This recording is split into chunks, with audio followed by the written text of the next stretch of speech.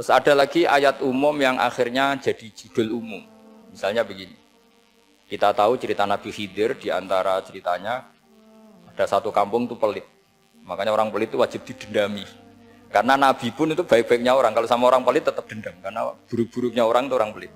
Tahu kan alamatnya orang pelit?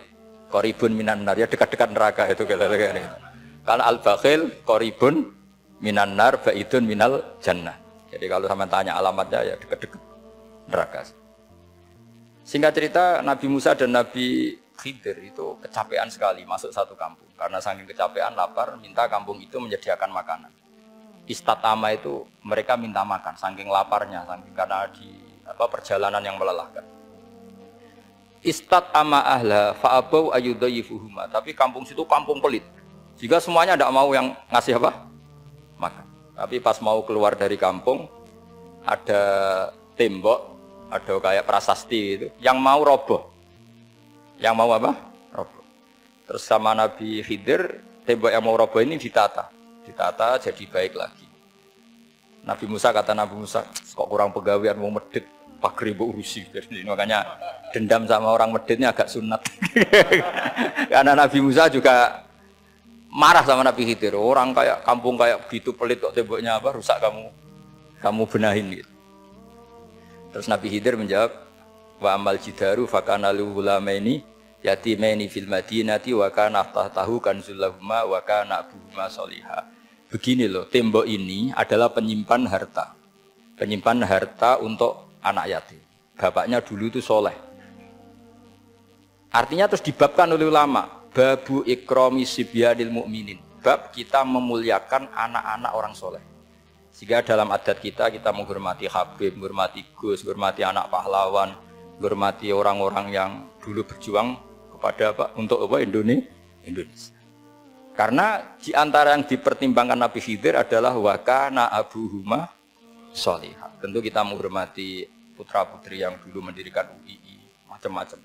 Ya tentu proporsional, tapi tetap saja dapat poin dulu atas nama putra pahlawan, putra orang-orang soleh. Karena Nabi Khidir ketika mempertimbangkan itu, alasannya wakana abuhuma sholihah. Fa'aroda rabbuka yablugha ashuddahuma wastakhrijakan zahuma. Tentu Allah ingin kalau tembok ini roboh, kemudian kelihatan khazanahnya atau tabungannya, nanti dipakai orang-orang dolim. Kalau dipakai orang dolim, maka yang berhak tidak mendapatkan. Sama, negara ini itu dimerdekakan oleh para pahlawan supaya dikelola secara kesolehan, supaya dikelola secara orang baik. Maka orang soleh semua harus ikut kompetisi dengan tanda kutip merebut negara. Karena apa? Tapi tentu tidak perlu chaos, tidak perlu anarkis, karena tentu kemerdekaan ini dibela-belain supaya kita jadi baldatun thayyibatu wa rabbun ghafur. Sama, pertimbangannya Nabi Khidir, kalau ini kebongkar tersibak, pasti diambil orang-orang dolim. Dan akhirnya yang yatim tadi tidak dapat. Akhirnya dibabkan lagi di bab tertentu. Bab menjaga harta supaya tidak dikuasai orang dolim. Jadi akhirnya menjadi sekian varian ilmu. Pertama, varian ilmu bab menghormati anak orang soleh. Bab supaya harta ini tidak dikuasai orang zalim dan seterusnya. Nah, saya harapkan nanti dengan ulumul Quran kitab Itqan itu nanti aturan-aturan seperti itu tertanam pada Anda. Sehingga sebetulnya ulama fikih yang ngarang kitab sampai satu boto-boto itu sebetulnya ya normal-normal saja. Kalau sampean sudah mengkaji ilmu yang kayak saya kaji itu normal-normal saja. Misalnya begini, saya beri contoh ya. Orang munafik itu disifati Allah di mana? Wa idza qamu ilas sholati qamu kusala. Orang-orang munafik adalah orang ketika mau sholat itu bermalas-malasan. Terus kitab Fathul Mu'in atau Fathul Wahhab atau kitab semua kitab fikih bikin judul gini. Saya masih ingat takbirnya. Wa yusannu nasyatun li sholatin. Disunatkan kalau sholat itu ketok gumrigah, ketok semangat. Fa inna Allaha ta'ala dzamma tarikihi, karena Allah mengkritik atau menyalahkan orang yang kalau sholat itu tidak nasyat, tidak gumregah, tidak semangat. Mergo seperti itu adalah fi'lul munafikin, perilakunya orang munafik. Terus ditulis wa idza qamu ilas sholati qamu kusala. Artinya di situ Allah mengkritik orang munafik. Kenapa? Karena kalau sholat males-malesan. Anda ingin bersifat kayak orang munafik apa bersifat kayak Rasulullah? Tentu ingin seperti Rasulullah. Kalau ingin seperti Rasulullah ya wasari'u ila maghfiratim mir rabbikum. Kalau ada kebaikan harus cepat-cepat. harus disegerakan.